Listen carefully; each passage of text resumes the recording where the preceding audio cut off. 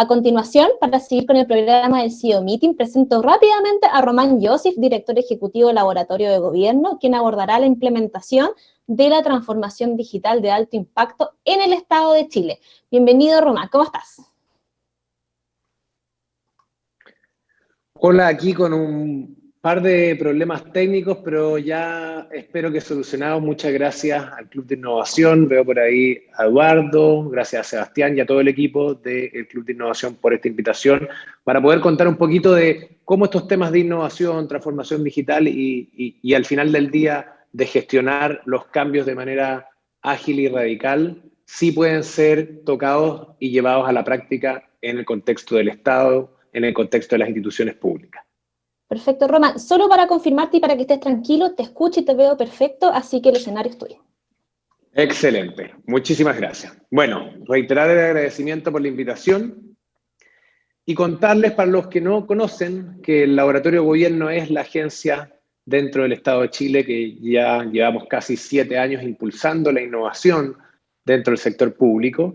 Y hoy les quiero contar algunos casos muy concretos de cómo la innovación llevada al Estado nos permite acelerar la transformación digital, que es mucho más que digitalizar un trámite en el Estado, y ya se van a dar cuenta por qué, y cómo eso puede cambiarle la vida a personas, puede generar impacto y puede ser un cambio de paradigma incluso en cómo hacemos las cosas en el día a día en el sector público, pensando también en los múltiples desafíos que enfrentamos como país en los últimos años y que vienen obviamente a cambiar también una serie de paradigmas. Esto no es nuevo para ninguno de ustedes, esto ha afectado a todos los sectores, sector público, sector privado, tercer sector, y a todos como personas que vivimos en Chile, una mezcla de muchas crisis simultáneas al mismo tiempo, como son, ¿cierto?, el estallido social, la pandemia y con todos sus efectos políticos, económicos, sociales y culturales, y que desde el Laboratorio de Gobierno hemos entendido que se enfrentan innovando. Porque la manera de enfrentarlos no innovando sería escapar de los problemas, no enfrentar de cara, de lleno, digamos, la complejidad que traen estas crisis y, por otro lado, la oportunidad que traen en términos de cómo aceleramos transformaciones, insisto, no solo en el ámbito digital, sino que permitan a organizaciones transformar sus modelos de negocio, sus modelos de atención, sus procesos. ¿Para qué? Para poder llegar de mejor manera a sus usuarios, a sus clientes, a las personas en general. Y en el caso del Estado existe un nuevo paradigma, un paradigma que nos permite mejorar el diseño de servicios y de políticas públicas, mejorar también la calidad de su implementación, que muchas veces hay un divorcio entre diseño e implementación, y mejorar también la gestión permanente de cada cambio que se genera en salud, en educación, en vivienda o en cualquier ámbito del quehacer del Estado, y que es la innovación pública. Y la innovación pública, para los que estén menos familiarizados, no es otra cosa que los procesos, las soluciones y los cambios que se pueden generar en el contexto de lo público a través de 5 principios. Primero, poniendo el foco en las personas, y que puede sonar una obviedad, siendo que estamos hablando de políticas públicas, pero muchas veces la distancia entre las políticas y las personas es gigantesca, y aquí nos referimos a usuarios, pero también nos referimos a funcionarios que entregan un servicio, a enfoques multidimensionales, y algo alcancé a escuchar del panel anterior, que clave es tener múltiples disciplinas, múltiples enfoques. Esto lo entendió, digamos, Silicon Valley hace muchísimos años, como la diversidad acelera la innovación, con lógicas de co-creación, basadas en evidencia, no solamente basadas en metodologías participativas, sino que utilizando los datos, utilizando metodologías del diseño de servicios y de otras disciplinas, y por último poniendo foco en la implementación. O sea, todo lo anterior, si no llega a puerto, obviamente no genera valor, y entendemos en el Laboratorio de Gobierno que la manera justamente de decir que estamos innovando es implementando cambios concretos. ¿Cómo llevamos a la práctica estos principios? A través de un modelo de servicio, un modelo de negocio que ha ido evolucionando de manera radical en los últimos años y que hoy desde el Ministerio de Secretaría General de la Presidencia permite al Laboratorio de Gobierno ser esta agencia que acelera las transformaciones dentro del Estado a través de procesos y metodologías de innovación con 3 grandes servicios. Una red de innovadores públicos que nos permite descentralizar prácticas a casi 19.000 personas que son parte de esta red, funcionarios públicos, pero también personas que colaboran con el Estado, así que todos ustedes que tengan alguna relación con el Estado, invitadísimos a participar.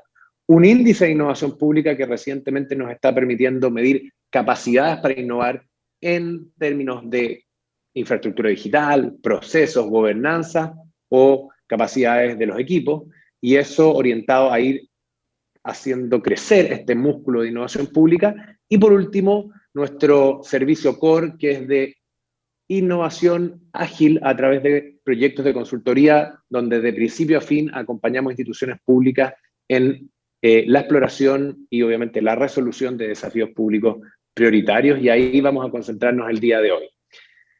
Y esto se enmarca en el contexto del Estado de la necesidad de ser eficientes con el gasto fiscal, que es algo que está cada vez más en boga, obviamente, en la discusión pública.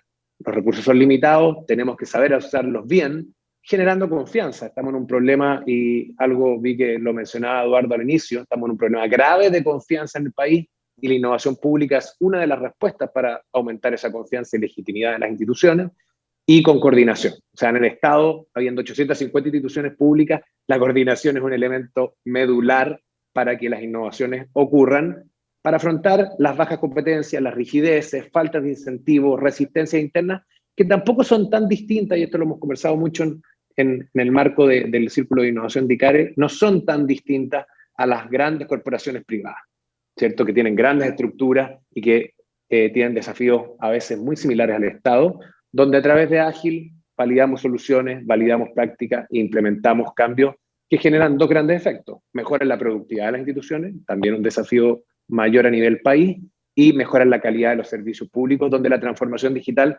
es un medio justamente. Esto lo hacemos con una lógica que mezcla agilidad con un proceso experimental, donde tenemos distintas fases. Los que están más familiarizados con los procesos de innovación lo van a entender muy bien, desde entender el problema, generar las soluciones, prototipar, el valor del testeo en el Estado, ¿cierto? Que distinto serían políticas públicas como son el ejemplo quizás del Transantiago, que es el más clásico y evidente, si se hubiera prototipado y testeado antes del escalamiento a nivel Santiago. Y luego, obviamente, usando los datos de un piloto o de una serie de evaluaciones experimentales, poder escalar. Y yo ya lo decía antes, para lograr impacto hay que ser ágiles y experimentales a la vez, y quiero contar 3 ejemplos muy concretos que también deben ser familiares para varios de ustedes en sus respectivas empresas. Imagino que durante el 2020 estábamos todos enfrentando las dificultades de esta pandemia y ya estábamos viendo los efectos económicos y sociales. Vino un desafío, se nos acerca el Ministerio de Hacienda, el Ministerio del Trabajo y CENSE, más otras instituciones que se tuvieron que ir sumando en esta colaboración, para que el laboratorio colaborara con el diseño e implementación de un subsidio al empleo histórico a nivel país, que llegara a idealmente más de 1 millón de personas, en un contexto de la crisis del empleo más grave de las últimas 3 décadas, con un, digamos, impacto brutal, ¿cierto?, en lo que fueron la destrucción de empleo, con algunos sectores como el comercio, como la gastronomía, como el alojamiento, ¿cierto?, más golpeados, y con algunas medidas que ya se venían haciendo, como la Ley de Protección al Empleo, pero que tenía una duración limitada. Y con ese contexto empezamos a innovar en decir, bueno, ¿cómo montamos un servicio? No solamente un beneficio económico, sino que un servicio que permitiera, sobre todo a las pymes, poder acceder a un beneficio económico, pudiera incentivar la recuperación de trabajadores que estaban congelados con Ley de Protección al Empleo, la incorporación de nuevos, y todo esto en una lógica, obviamente, de oportunidad, que esto no fuera un proceso engorroso de meses, de pagos diferenciados, etc. Y para eso entendimos que el desafío de la implementación era primero entender el subsidio como un servicio de principio a fin, no solamente como un beneficio, que es un poco el paradigma más clásico de la política pública. Trabajar de manera coordinada con, en este caso fueron 9 agencias que colaboraron. ¿Para qué? Para interoperar los datos, para que tuviéramos la información a tiempo y en línea, cosa que fuera muy sencillo postular, cosa que fuera muy evidente si uno podía acceder o no al beneficio. En una lógica, obviamente, de testeo e iteración. Esto lo trabajamos en 7 semanas, de principio a fin, hasta que se lanzó por las autoridades, obviamente. Esto lanzado a fines de septiembre del año pasado. Y con una lógica holística, de entender los procesos, la tecnología, los datos, el lenguaje, la usabilidad digital, todo al mismo tiempo, con una serie de células ágiles de trabajo y con una gobernanza que permitiera avanzar semana a semana. Así fue como se generaron estos 2 subsidios, subsidio regresa y subsidio contrata, pensado en 2 tipos de usuarios. y esto fue parte de la iteración y de los procesos de co-creación con funcionarios, con usuarios y con las autoridades. Cosa bastante inédita, sobre todo en la mitad de una crisis, pero en general, cuando estamos hablando de una política pública de más de 2.000 millones de dólares, donde también entendimos desde los usuarios, con los funcionarios, con los expertos en la materia, cuáles eran las distintas etapas del preservicio, del servicio y también del postservicio, con los distintos puntos de contacto, para tener resuelto la optimización de los procesos que permitiera, en este caso, un servicio digital ser muy ágil, muy amigable de cara a los usuarios, sobre todo a las pymes. Luego, obviamente, entendimos cuáles eran las funcionalidades que necesitaban las empresas que estaban postulando, pero también funcionalidades para los trabajadores que querían saber en qué está el estado de su subsidio, si iba a recibir o no, digamos, el beneficio. Si es que hubiera, por ejemplo, alguna empresa que estuviera usando mal esta política pública, también pensamos en eso, y eso fue parte de los atributos que fuimos construyendo en este proceso iterativo, que tuvo que incluir, y esto es muy relevante, un modelo de atención que responde. Y para que respondiera no podía ser solo digital, porque entendimos que hay tipos de usuarios que prefieren lo telefónico, que prefieren lo presencial, y tuvimos que combinar en una lógica omnicanal para que cualquier persona o empresa que accediera a este beneficio por cualquier canal tuviera el mismo tipo de atención y tuviera el mismo tipo de información y de respuesta. Con un desarrollo tecnológico obviamente robusto, esto puede sonar obvio, pero nos pasó, digamos, en la pandemia que distintos beneficios se lanzaban a través de una plataforma digital y esa plataforma básicamente no respondía a la cantidad de demanda, en la parte de, digamos, de la elasticidad de los servidores y todos esos elementos que pueden sonar como detalles, bueno, no lo son, son parte de un engranaje adicional cuando estamos hablando de transformación digital. ¿Cuáles son los resultados de esto? Bueno, 1 billón de subsidios entregados, con una tasa de respuesta de consultas que también lo hemos discutido con algunas empresas que está al mejor estándar, con un 99% de respuesta también, que eso es algo bastante inédito en el contexto del Estado y es algo que nos tenemos que empezar a acostumbrar. El Estado no tiene por qué tener una peor calidad de servicio que el sector privado, todo lo contrario, debe ser el estándar. Y creo que lo más importante, y acá es el cambio de paradigma, con las personas en el centro, que tenemos un 80% de satisfacción de usuarios de este subsidio al empleo y que obviamente sigue funcionando y desde ya los que no han utilizado este beneficio los invito obviamente a hacerlo. Un segundo caso totalmente distinto en un tema mucho más, si se quiere, enfocado, pero muy delicado, tenía que ver con cómo innovamos en una comunicación silenciosa para mujeres víctimas de violencia en el contexto de la pandemia. Parte marzo, todos los servicios públicos nos vamos, digamos, a trabajar, o el grueso a trabajar en modalidad remota, y nos empiezan a llegar las cifras a través del Ministerio de la Mujer de cómo aumentó con el confinamiento, este desfase que teníamos de poder ver, entre comillas, el futuro a través de los datos de Europa, cómo aumentaba la violencia intrafamiliar dado el confinamiento de mujeres que comparten con el agresor en 40 metros cuadrados. Esto también se empezó a ver en las cifras en Chile, y en marzo de ese año, del año pasado, reaccionamos rápidamente en entender qué tipo de respuesta necesitaban, en este caso las mujeres víctimas de violencia, de parte del Estado para poder acudir de manera expedita a ayuda. Y ahí nos dimos cuenta de algo tan básico y que tiene que ver justamente con la innovación, que cuando uno realmente entiende el problema, genera una solución muy simple. Y en este caso, la simpleza de la solución era tener un canal silencioso y no un call center donde la mujer agarrara el teléfono y a viva voz dijera, bueno, me están violentando, maltratando, la situación que fuera, y entendimos que esto tenía que ser 100% silencioso, confidencial, 24/7, y ojalá también con una lógica de atención permanente en el tiempo, a diferencia de la llamada que uno la corta y luego la siguiente atención es una nueva atención.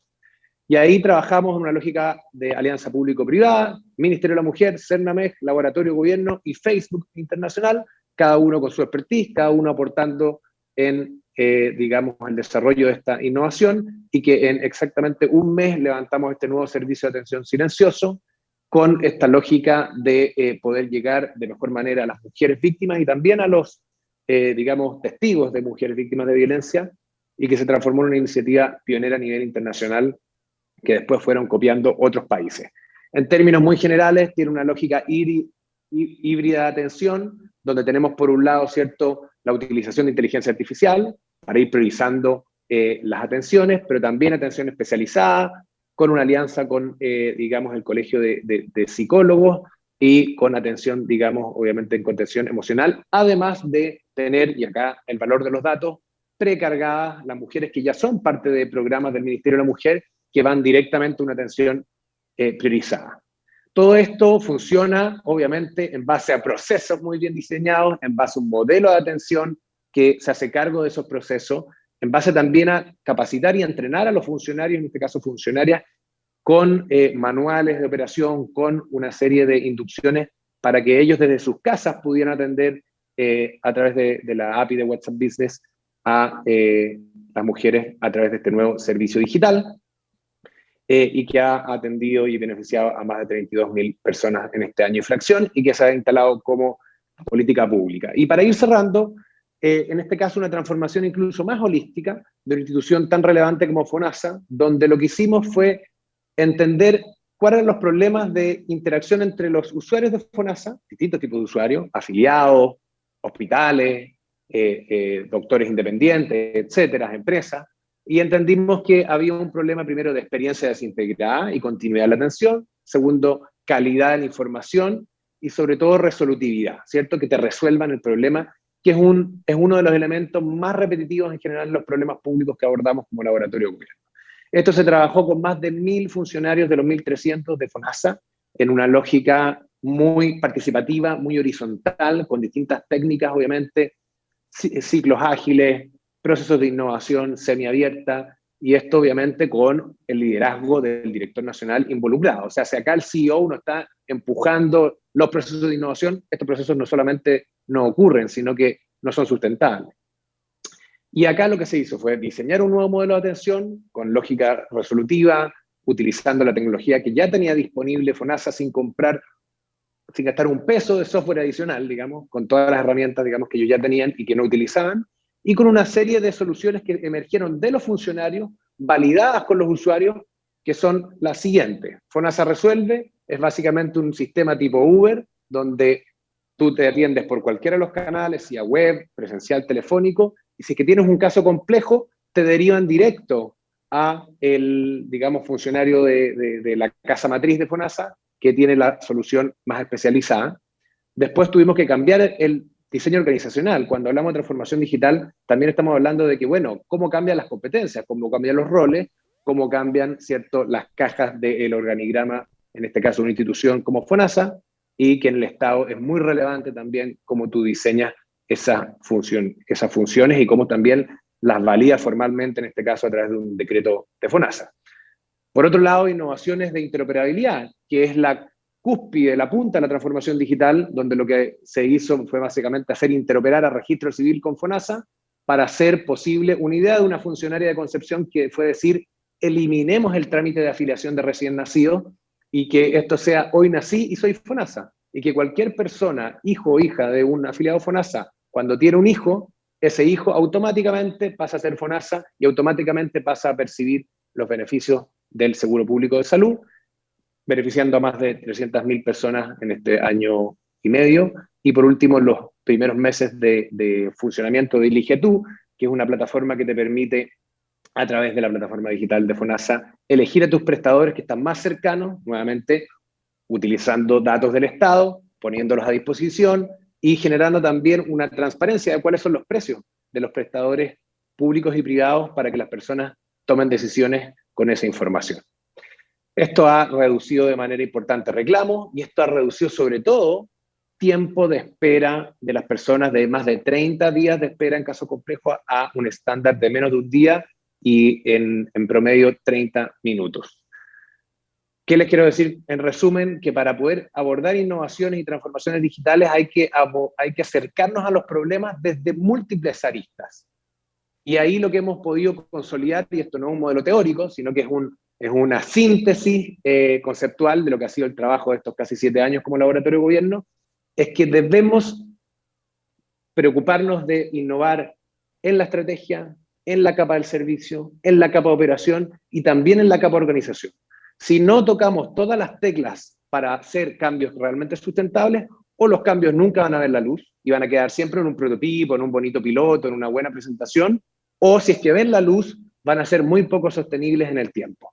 Y en ese sentido que viene para el futuro, en términos de la transformación del Estado y la innovación en el Estado, esto lo seguimos transversalizando y vienen desafíos muy interesantes en cómo hacer que la gestión pública sea innovadora en régimen y que no dependa de una punta de lanza como es en este caso el laboratorio de gobierno. Y ahí hay una muy buena noticia, que a partir de enero del 2022 el laboratorio va a ser parte del Ministerio de Hacienda, con todas las implicancias que tiene eso para transversalizar la innovación en el Estado.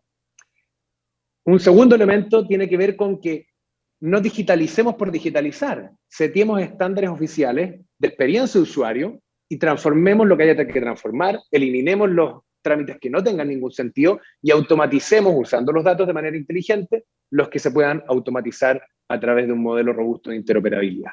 Y por último, y no menos relevante, y esto lo vivimos junto con la DIPRES el año pasado, en un proyecto piloto de evaluación de programas públicos, cómo encadenamos servicios, rompiendo los silos que nos permitan tener plataformas compartidas de uso transversal en el Estado, no solamente pensando en gobierno central, también pensando en su aterrizaje en gobiernos regionales, gobiernos municipales.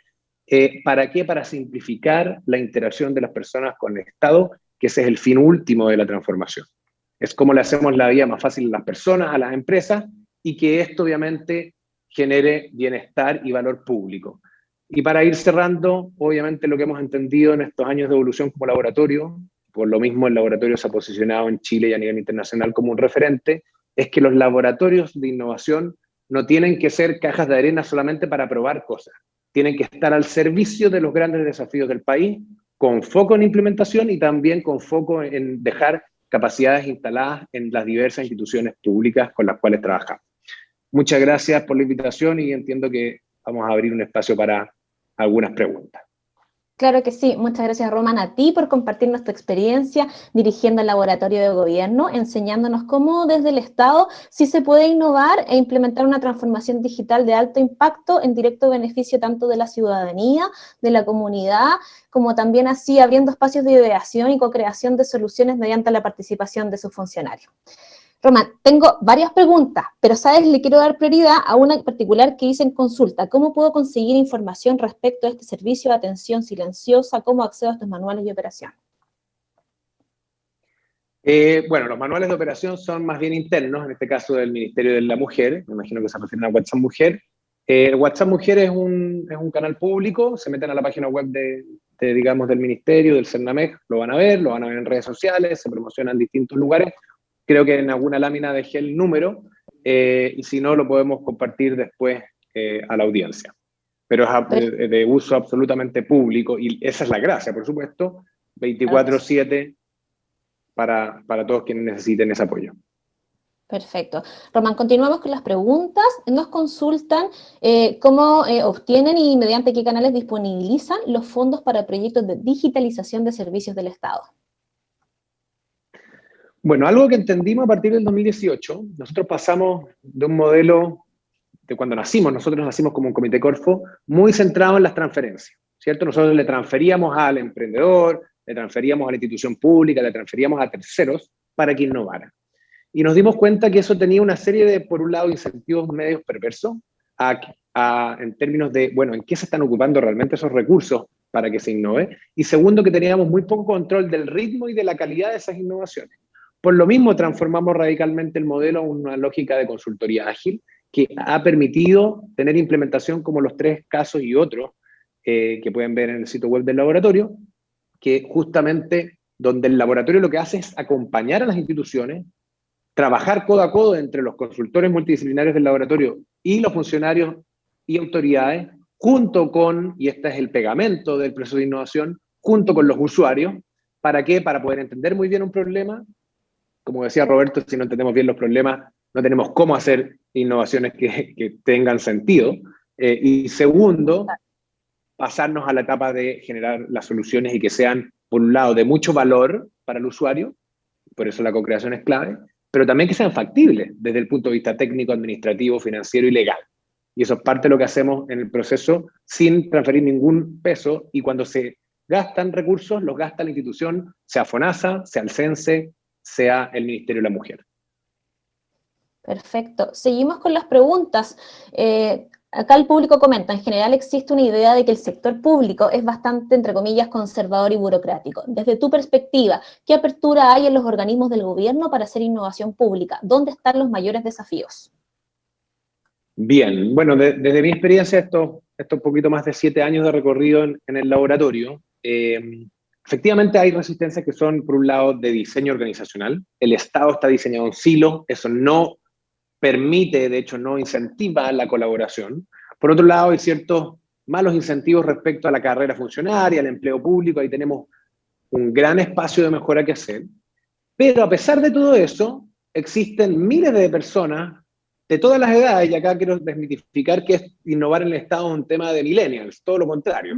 Tenemos innovadores públicos de 20, 30, 50, 60, hasta 70 años en la red de innovadores públicos participando activamente, donde su experiencia es muy valiosa para poder innovar, porque no hay mejor persona que la que conoce el problema de cerca, que la que está en una ventanilla de la tesorería y que está atendiendo a público todos los días, y que cuando queremos transformar la tesorería en una institución, digamos, moderna y amigable, bueno, esa persona es clave. Y en términos de algunos como teclas que son importantes tocar, trabajar una lógica que yo siempre la digo, teoría del sándwich. Combinar alto compromiso de los directivos, de los gerentes públicos, y esto es lo mismo para una gran empresa, con alta motivación y dedicación de los equipos funcionarios para atacar quizás el elemento más difícil, que son los mandos medios, ¿cierto? El middle manager en general quiere cuidar su parcelita, cuidar su ámbito de poder y no quiere tantos cambios. Pero cuando hacemos esta presión desde arriba y desde abajo, bueno, los cambios resultan. Y hay otro elemento que es importante que tiene que ver con cómo esto se comunica hacia adentro de la organización y hacia afuera. Y por esto en estos ciclos ágiles, donde nosotros en 3, 4, 5 meses previo a la pandemia logramos resultados, en la pandemia pasaron a ser ciclos de una semana por razones obvias de las contingencias y urgencias. Es clave las instancias de demo, ¿cierto? Las instancias donde uno, de alguna manera, sociabiliza los cambios que se están haciendo y entendiendo que el proceso de gestión del cambio parte desde que tú inicias el proyecto, desde que tú armas el equipo y la gobernanza del proyecto. Gobernanza que tiene que ser lo más, digamos, transversal a la organización, tanto verticalmente como horizontalmente. Perfecto. Román, tenemos varias preguntas, vamos a ver si alcanzamos. Nos consultan sobre el índice de innovación pública, particularmente nos preguntan qué capacidades son las que presentan mayores brechas desde el sector público y cómo las abordan desde el laboratorio de gobierno. Buenísima pregunta. No quise entrar en eso porque no era el afán de esta presentación. Pueden, los que quieran, meterse a indice.lab.com.cl, descargar ahí los resultados del año pasado. Estamos próximos a entregarlos de este año, por segundo año consecutivo de la medición, y las brechas más importantes están, primero, en falta de procesos y prácticas de innovación internas en las instituciones, y en el fondo ahí estamos viendo cómo hacemos de la innovación una rutina, que no significa burocratizarla, pero sí significa tener ciertos procesos permanentes que no dependan de un liderazgo de turno, que no dependan de un equipo de innovación aislado. Ahí la recomendación es no generar gerencias de innovación, generar quizás espacios más transversales de las distintas áreas donde hayan embajadores y células lo más diseminadas por la institución. Y otra de las brechas que está muy presente tiene que ver con la de coordinación interinstitucional.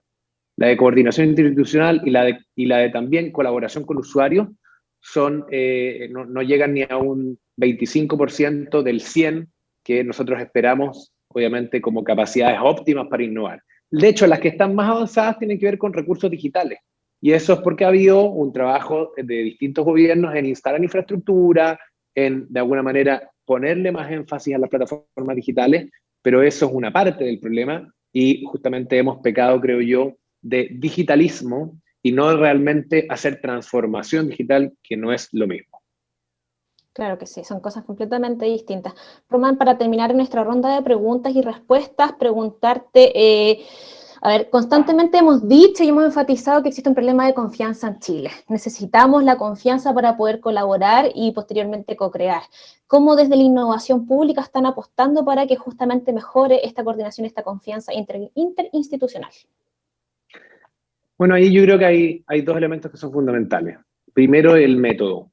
el método por el cual el laboratorio de gobierno trabaja, no solamente en las consultorías ágiles, sino que en todo lo que hacemos en la red, en el índice, es un método muy participativo, intensamente participativo y muy alejado quizás de la participación ciudadana más clásica de ir a una junta de vecinos, escuchar a las personas y después no volver nunca más y presentar una solución que puede ser bastante distinta a lo que habían dicho esas mismas personas, sino que tener una real trazabilidad de lo que es la co-creación de usuarios en el proceso, que no se interrumpe nunca. No está solo en la etapa que solo me dio el índice. En general, las instituciones tratan de co-crear al principio y después cuando están diseñando, iterando, dejan de co-crear. Vuelven al silo institucional. Lo que nosotros presionamos es a que la co-creación se mantenga en alto en todo el proceso. Y ese método le da legitimidad, porque nacen legítimas las innovaciones. Nacen con defensores dentro y fuera de la institución, lo cual lo hace obviamente mucho más fácil en términos de gestión del cambio y también en términos de adopción tecnológica. El ejemplo del WhatsApp Mujer es muy evidente. Obviamente montar un servicio de atención a mujeres víctimas de violencia tenía mucho más sentido en una plataforma digital que ya ocupa el 85% de la población y no empezar a hacer el aplicativo del Ministerio de la Mujer, que es la típica tentación que ocurre en las distintas instituciones públicas y privadas. Y como segundo elemento, qué mejor manera de generar confianza que cuando las instituciones funcionan bien y cuando los servicios son resolutivos. Que cuando yo postulo al subsidio al empleo, me sale al tiro cuáles son los trabajadores de la panadería que voy a poder regresar y me sale al tiro cuál es el monto y puedo postular y a los pocos días me avisa, bueno, vas a recibir el pago en tal día y ese día llega el pago. La certeza, lo resolutivo y la calidad de atención son también parte medular de lo que nos va a permitir dar vuelta a esta situación compleja de desconfianza. Roman, se nos acabó el tiempo, me siguen llegando preguntas, así que te agradezco. Algunas van a quedar aquí en el chat, los dejamos invitados también a estar respondiéndolas. En representación del Club de Innovación, te agradezco el habernos acompañado, compartiendo cómo están apostando por la transformación digital desde el Estado, particularmente desde el Laboratorio de Gobierno. Muy interesante lo que están realizando y los dejamos súper invitados a seguir participando en nuestras actividades del Club de Innovación. Muchas gracias a ti, muchas gracias a todo el equipo del Club de Innovación y quizás solamente dejar un mensaje adicional que en estos procesos de innovación pública y transformación digital necesitamos a los privados, necesitamos a la sociedad civil y tenemos que intensificar y mejorar nuestros modelos de colaboración. ¿Para qué? Para que el Estado funcione mejor y en ese funcionamiento mejor todos nos veamos obviamente beneficiados. Excelente llamado, muchas gracias Roman, nos estamos viendo. Muchas gracias a ustedes, cuídense. Gracias.